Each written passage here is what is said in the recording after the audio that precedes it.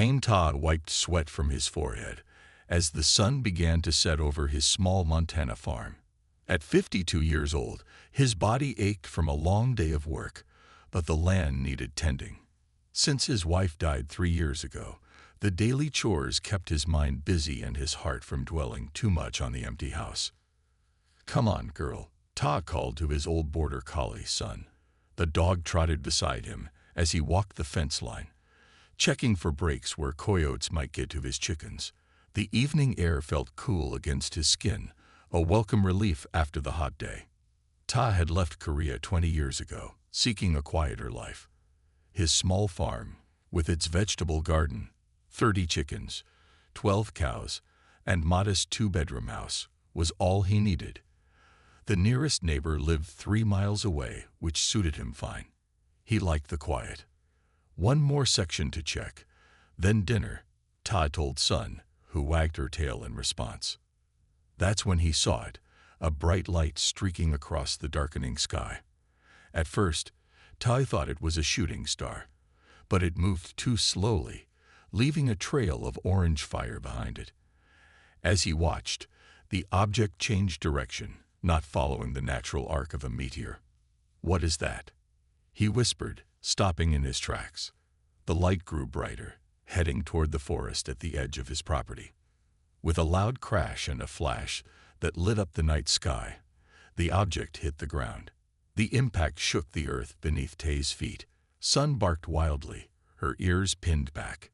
"Easy, girl," Ta said, putting a hand on the dog's head.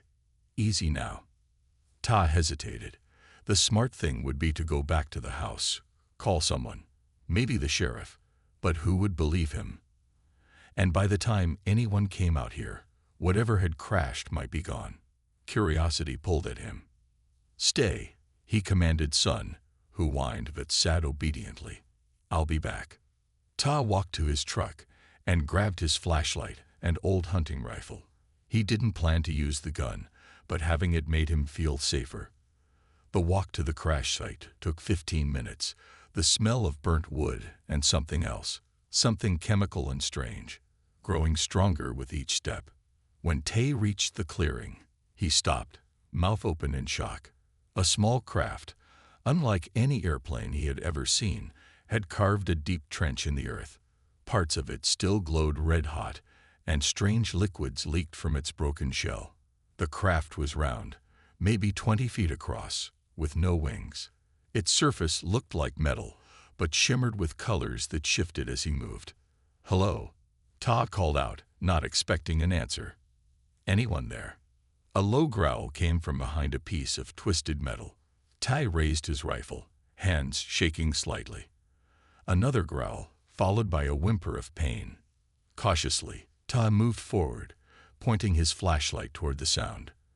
What he saw made him nearly drop both the light and his gun. A creature lay half-pinned under debris. It stood upright like a human but was covered in thick, gray-blue fur. Its face resembled a wolf's, with a long snout and pointed ears, but its eyes, 3 of them, stared at Todd with clear intelligence. The creature wore what looked like armor, now broken and stained with purple blood. The alien tried to move, baring sharp teeth in pain.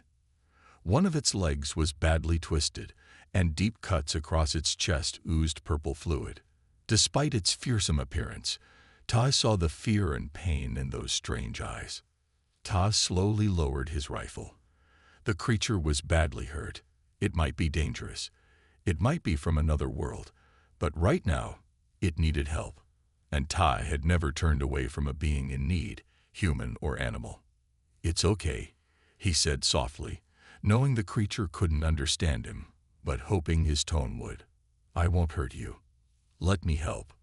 The alien's 3 eyes blinked, watching warily as Ta took a careful step forward. Ta looked at the injured alien, then at his truck parked far away. He needed to move quickly. The creature had stopped growling, its breathing shallow and labored. "I'll be back," Ta said, hoping his calm voice would keep the alien from panicking. He hurried back to his truck and drove it as close to the crash site as possible. When Ta returned with a thick blanket, the alien's eyes were closed. For a moment, he feared it had died, but he could see the slight rise and fall of its chest. Carefully, Ta moved the metal pieces trapping the creature. The alien was heavy, at least 200 pounds of muscle and fur, but smaller than Ta had first thought, about the size of a large man. "This will hurt," Ta warned as he slid the blanket under the alien. The creature's eyes snapped open, and it let out a howl of pain. One clawed hand grabbed Ta's arm, sharp nails digging into his skin. Ta didn't pull away. "I'm trying to help you," he said firmly, looking directly into those three strange eyes. "Help.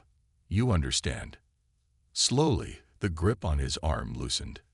Ta nodded and continued his work.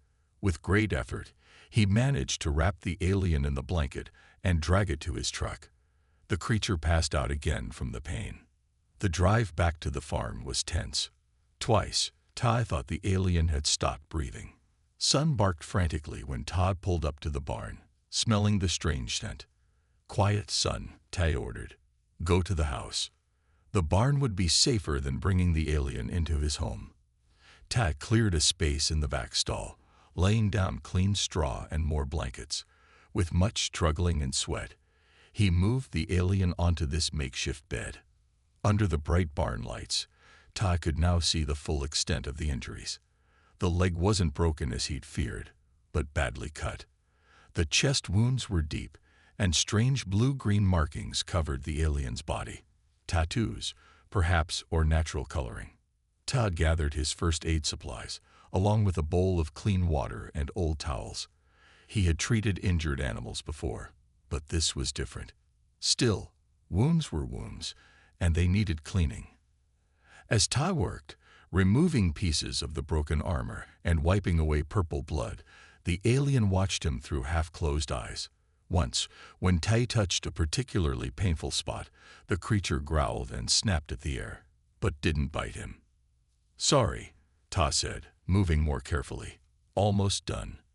By midnight, Ta had cleaned and bandaged the worst injuries.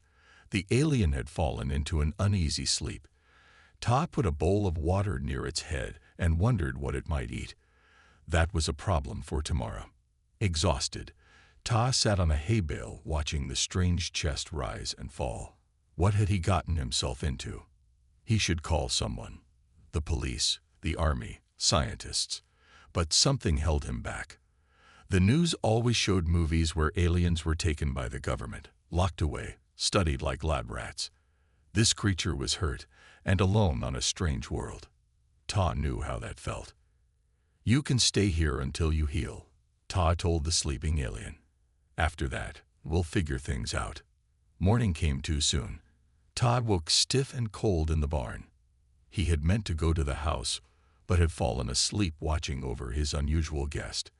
The alien was awake, trying to sit up. "Easy," Ta said, moving slowly toward it. "You're safe." The creature studied him, head tilted. Then it looked at its bandaged wounds and back at Ta. Something like understanding passed through its three eyes. Ta pointed to himself. "Ta," he said clearly. Then he pointed to the water bowl. "And mind drinking." The alien watched, then slowly reached for the bowl with a clawed hand and drank deeply. Next came the harder part. Food.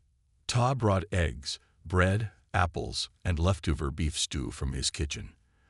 The alien sniffed each item carefully. It refused the apples and bread, but ate the eggs raw, shells and all. When Ta offered the stew, the creature's ears perked up. It grabbed the bowl and devoured the contents, purple tongue licking the sides clean. "Well," Ta said with a small smile, "at least we know what you like to eat." A week passed. Doe's wounds healed faster than any human's would. He could now walk around the barn with only a slight limp. His English improved daily, simple words becoming basic sentences. "Ta feed chickens?" Doe asked one morning as Ta prepared to do his chores. "Yes," Ta replied. "Do you want to help?" Doe nodded eagerly. Ta looked at the alien, thinking. Keeping Doe hidden in the barn made sense, but the nearest neighbor was miles away. Who would see? "Come," Ta said, "but stay close to me." Stepping outside, Do tilted his head up to the morning sun, his three eyes blinking in the bright light. He breathed deeply, taking in the farm smells. "Good," Do said, pointing to the sky. "Like home." "Your planet is like Earth?" Tai asked, surprised. "Yes. Trees, water, but—" Do searched for words. "More purple." Tai smiled. "I'd like to see that someday." They walked to the chicken coop. The birds squawked and flapped when they saw Do, sensing he was a predator. Do stayed back, not wanting to scare them. "Here," Ta said, handing him the feed bucket. "Throw it like this." He demonstrated, scattering grain for the chickens. Do copied him carefully, his clawed hands spreading the feed. He watched the chickens eat, fascinated. "We have birds," Do said. "Bigger, sharp teeth." "Everything on your planet has sharp teeth?" Tai asked. Do made a sound like laughter. "Many things. We are warriors." As they continued with chores, Do told Ta more about his people, the Kyol. His simple words painted a picture of a proud race of fighters who valued honor and strength. Their world had many predators, so they had evolved to be strong. Do helped Tai repair a fence, showing surprising strength by lifting posts Tai would have needed a machine to move. When they fixed farm equipment, Do understood mechanics quickly, suggesting improvements Tai couldn't even imagine. Later, as they ate lunch in the shade of a large oak tree, Do pointed to the sky. "My people fight in space," he said. "Bad ones. Mech. Want to take worlds." "The Mech are the ones who attacked you?" Tai asked. Do nodded. "Mech find new worlds. Take them." He looked at Ta with all three eyes. "Maybe find Earth soon." A chill ran down Ta's spine. "And your people?" "The Kyol. We stopped them. Many battles." Do touched a scar on his chest that wasn't from the crash. "I am soldier. Scout team. Find new friends to help fight Mech." "You were looking for allies," Ta said, understanding now. "That's why you were near Earth." Do nodded again. "Earth strong. Many warriors." Tai thought about Earth's armies, its weapons. "Yes, we have warriors, but we've never fought in space." Do seemed to consider this. "Humans smart. Learn fast." He pointed to Ta's truck. "Machines. Good start." Ta laughed. "That old truck is nothing compared to your ship." "Ship broken," Do said, his ears drooping. "No call home. Team think I dead." Tai felt sorry for the alien. Lost on a strange world, believed dead by his own people. He put a hand on Do's furry shoulder. "We'll figure something out," he promised. That evening, Ta brought his small TV to the barn. Do watched with wonder as Ta showed him news programs, nature shows, and finally, an old sci-fi movie that made them both laugh at how wrong it got aliens. "Humans think aliens all bad," Do observed. "Not all humans," Ta said. "I didn't think you were bad." "You good human," Do said simply. "First friend on Earth." As they sat watching the stars come out, Tai realized he had indeed found a friend, one from another world. The lonely days on his farm seemed far behind him now. But somewhere in the back of his mind, Tai worried. How long could he keep Do hidden? And what would happen when others discovered the truth? 2 weeks after Do's crash, Tai woke to the sound of sun barking wildly. He looked out his bedroom window and froze. 3 black SUVs were driving up his dirt road, kicking up dust in the early morning light. "Do," Ta whispered. He grabbed his boots and ran to the barn. Do was already awake, ears perked up in alarm. "Humans coming," he said. "Many." "Yes. Quick, we need to hide you." Ta moved to the back of the barn where a trapdoor led to a small root cellar. His grandfather had built it years ago to store vegetables through the winter. Do understood. He climbed down into the dark space as Tai heard car doors slamming outside. "Stay quiet," Ta whispered, closing the trapdoor and covering it with straw just as a knock came at the barn door. Tai opened it to find a woman in a black suit, flanked by two men in similar outfits. They looked serious and official. "Mr. Kang," the woman asked, "I'm Agent Park with the government. We'd like to ask you some questions." Tai tried to look calm. "Questions about what?" "2 weeks ago, our satellites detected an atmospheric entry and impact in this area," she said, her eyes scanning the barn. "Did you see or hear anything unusual that night?" Ta shrugged. "I saw a bright light in the sky. I thought it was a meteor." "Did you investigate?" Agent Park asked. "No," Ta lied. "I had work the next day. Why would I go looking for a fallen star in the dark?" One of the men was walking around the barn, looking at everything carefully. The other held a strange device that beeped softly. "We have readings of unusual metals and radiation in this area," Agent Park continued. "Mind if we look around your property?" "It's a free country," Ta said, trying to sound relaxed. "But I have chores to do." For the next hour, the agents searched his land. They spent a long time at the crash site, taking samples and pictures. When they returned, Agent Park looked frustrated. "Whatever came down has been moved," she told Ta. "You're sure you didn't see anything?" "Just my cows and chickens," Ta said. The device one agent held beeped louder as they passed the barn again. Agent Park looked suspiciously at the building. "One more look in here," she said. Ta's heart pounded as they searched the barn again. The agent with the device walked right over the trapdoor, but the beeping didn't get louder. Finally, they left, Agent Park handing Ta a card. "Call if you remember anything," she said. "We'll be back tomorrow with better equipment." After the SUVs disappeared down the road, Ta rushed to the trapdoor. Do climbed out, looking worried. "Bad humans find me soon," he said. "Not all bad," Ta corrected. "Just doing their job. But yes, we have a problem." That night, as they sat in the barn planning what to do next, Do suddenly stiffened. His ears swiveled, and his 3 eyes widened. "What is it?"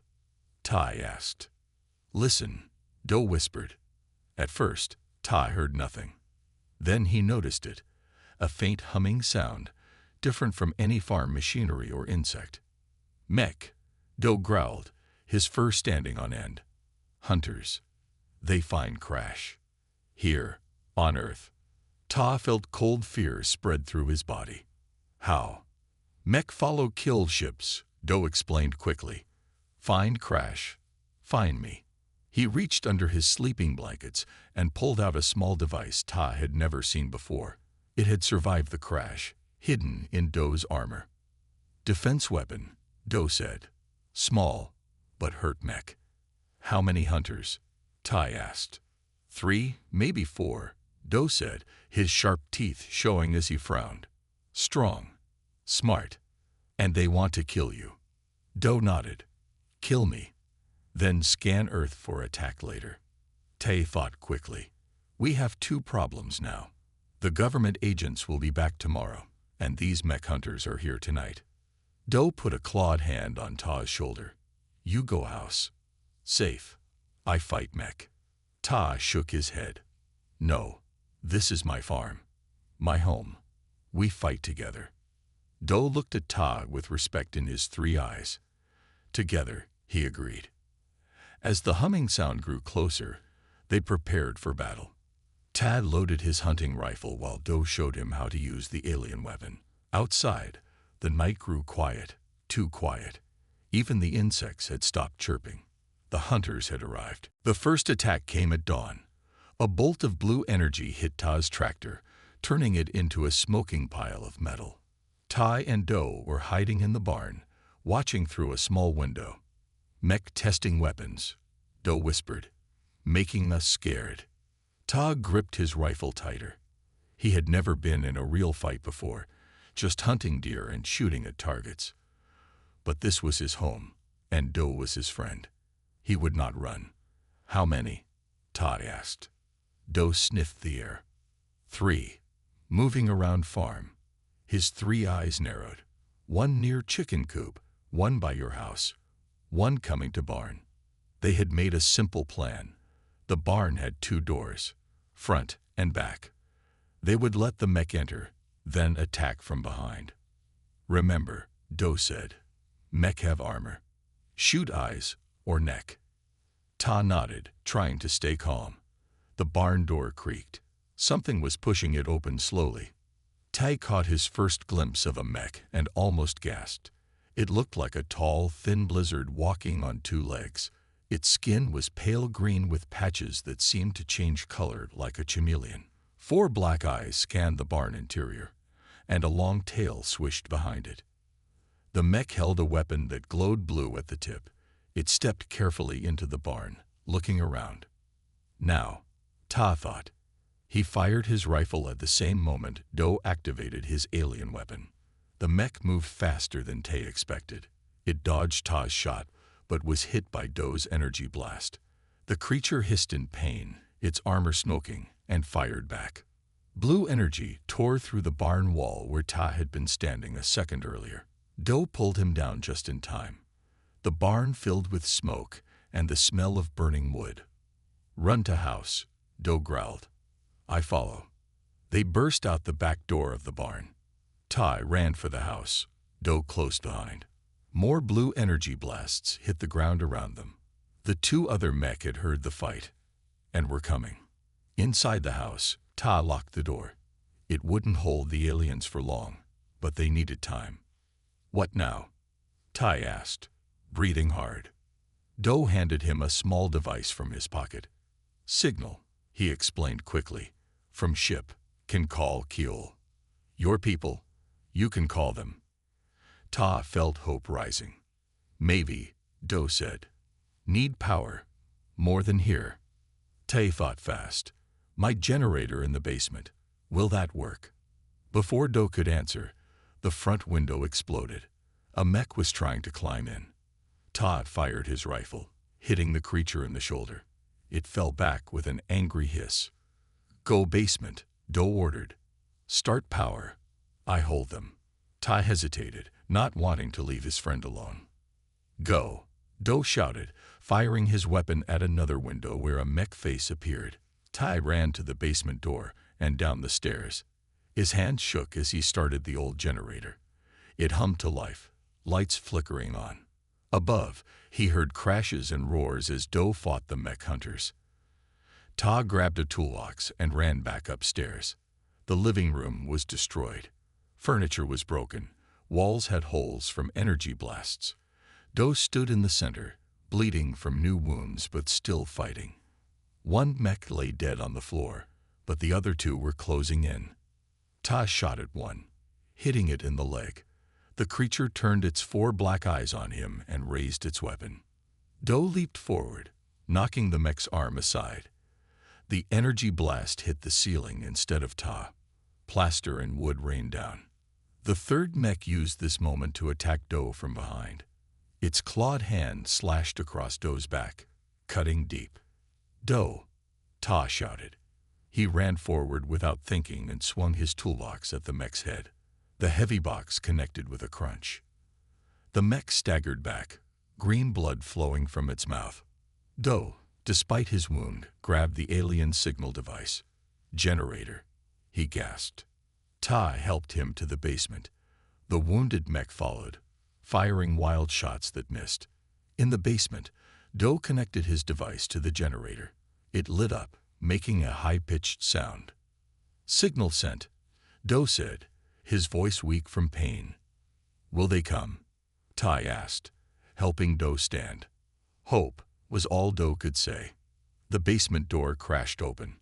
The last 2 mechs stood there, weapons raised. Ta stood in front of his wounded friend, ready to fight to the end. Ta stood in front of Doe, facing the 2 injured but dangerous mech hunters. His rifle was empty. He held a hammer from his toolbox, ready to fight with whatever he had. "Stay behind me," he told Doe, who was leaning against the generator, purple blood dripping from his wounds. The lead mech stepped forward, making a sound that might have been laughter. It raised its weapon, the blue tip glowing brightly. Suddenly, the ground shook. The mech paused, their 4 eyes looking up at the ceiling. A deep rumbling filled the air, like thunder but louder and longer. Kiol, Do whispered, hope in his voice. They come. The mech seemed to understand too. They backed up the stairs, forgetting Tai and Do for the moment. The rumbling grew stronger. Pictures fell from the walls. Dust rained from the ceiling. What's happening? Tai asked, helping Do stand. Ships, Do said simply. Big ones. They climbed the stairs slowly, Do leaning heavily on Ta.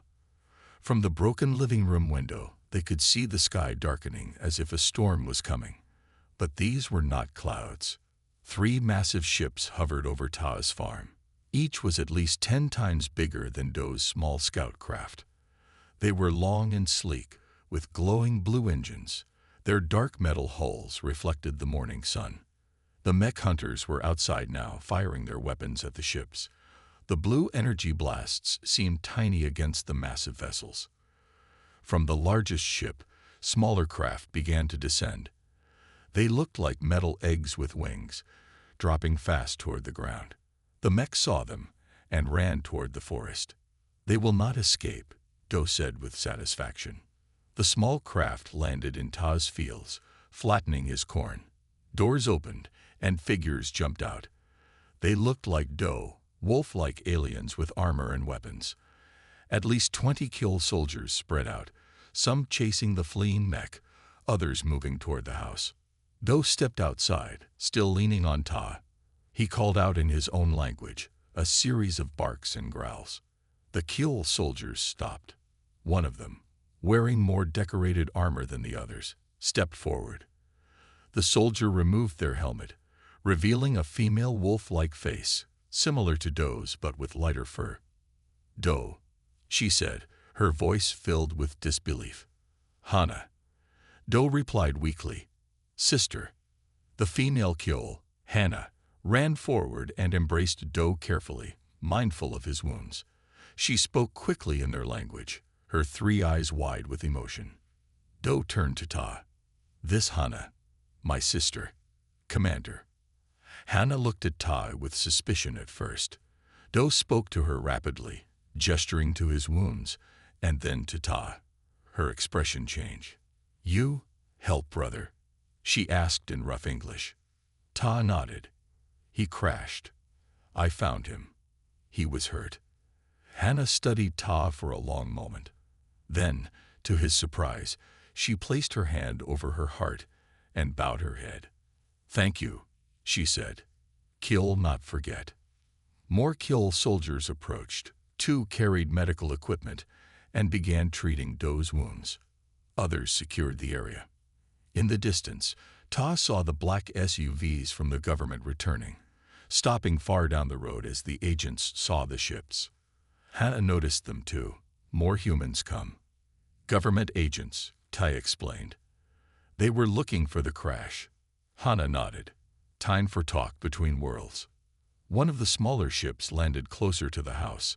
A ramp extended, and more kill emerged, these wearing what appeared to be formal uniforms rather than battle armor. Leaders, Do explained to Ta. Council members. As the government SUVs slowly approached, lights flashing, the Kill Council members prepared to meet them. First contact between Earth and the Kill was about to happen officially. Should be diplomats, Ta said, suddenly worried. Not just farmers and government agents. Do put his hand on Ta's shoulder. You best diplomat. You show human heart. You save enemy. Make friend. He pointed to his healed wounds. Start with small thing. Build trust. Hana nodded in agreement. Farmer Ta. First human ambassador to kill. She handed him a small metal pin with strange symbols. Wear this. Mark of honor. As Agent Park's vehicle stopped and she stepped out, looking up at the massive ships in awe, Tai took a deep breath. His simple life had changed forever. Now he had to help 2 worlds meet peacefully. Ready? Hannah asked. Ready, Tai replied, standing tall beside his alien friends. 6 months passed. Tai's farm had changed completely. His small house now stood beside a large building with a round domed roof. His cornfields had become landing pads for ships from around the world and beyond. Signs in many human languages and Keel writing marked different areas. Tai sat on his porch, drinking tea with Do. Both wore formal clothes. Ta in a suit that still felt strange to him. Do in the decorated armor of a Keel captain. "Big meeting today," Do said, his English now almost perfect. "Earth leaders and Keel council signed treaty." Ta nodded. Hard to believe it all started with beef stew. Do made the barking sound that was Keel laughter. Best stew in galaxy. They had come a long way since those first days. After the Keel ships arrived, things moved quickly. World leaders gathered. The United Nations held emergency meetings. Scientists examined Keel technology with wonder. Some humans feared the aliens, but most were excited to learn they were not alone in the universe. The Keel explained about the mech, a species that moved from planet to planet, taking resources and destroying native life. For years, the Keel had fought them, looking for allies. Earth, with its billions of people and fighting spirit, could be a powerful friend. Through it all, Tai and Do worked together. Tai helped humans understand Keel culture. Do taught Keel about human ways. They became the bridge between worlds. A car approached the farm, followed by 3 Keel transport vehicles. Agent Park stepped out of the car, now wearing a diplomatic uniform instead of her plain black suit. "Ambassador Kang," she said with a smile, using Ta's new title. "The president has arrived at the main building. We're ready to begin." Ta still found it strange when people called him ambassador. He was just a farmer who had shown kindness to a wounded alien. Inside the meeting hall, leaders from Earth's major nations sat on one side. Keel council members sat on the other. Cameras broadcasted the event worldwide. Hana, now Supreme Commander of Keel forces in the Earth sector, stood to speak. "6 months ago, my brother crashed on this world," she said in careful English. "He expected to die alone. Instead, a human farmer saved him, fed him, protected him from our enemies. This farmer showed the best of humanity, compassion, courage, wisdom." Todd felt his face grow warm as everyone looked at him. "Today we form the Earth-Keel Alliance," Hana continued. "Together, we will stand against the Mech Empire. We will share technology, medicine, knowledge. But most importantly, we share friendship." The human president stood next. For centuries, humans looked to the stars and wondered if we were alone. Now we know we are not, and our first alien friends came not as conquerors, but as allies seeking cooperation. The treaty was signed with great ceremony. Keel leaders used purple ink made from their homeworld plants. Human leaders used traditional pens. The room erupted in applause. After the ceremony, Tai escaped the crowd and returned to his porch. Do found him there, looking at the stars. "Happy?" Do asked, sitting beside his friend. "Yes," Ta said, "but sometimes I miss the quiet farm life." "Still have farm," Do pointed out. "Bigger now. Chickens lay eggs for 2 worlds." Ta laughed. Then he grew serious. "The mech will come, won't they? In larger numbers." Do nodded. "Yes, but not find easy victory. Find strong worlds standing together." From the meeting hall came the sounds of celebration. Human and Keel voices mixing together. Ships prepared to take the first human scientists to visit the Keel homeworld. On a nearby field, Keel engineers taught humans how to build better spacecraft. "What happens next?" Tai asked. Do looked up at the stars. "Next, we go there. Together." A reporter approached, asking for an interview. "Ambassador Kang, why did you help an alien that day? Weren't you afraid?" Tai thought for a moment. "On a farm, we learned that all living things need the same things: food, shelter, kindness. It doesn't matter if they come from the next county or the next solar system." As the reporter left, Do handed Tai a small metal object, a ceremonial Keel blade with words engraved in the alien language. "What does it say?" Tai asked. "It says, 'The universe rewards compassion. Doe translated, the Kjol's highest honor. As night fell, human and Kjol ships lit up the sky above the farm. Where once a lonely farmer had tended his fields, now two worlds built a future together. All because one human had shown kindness to a wounded alien wolf soldier.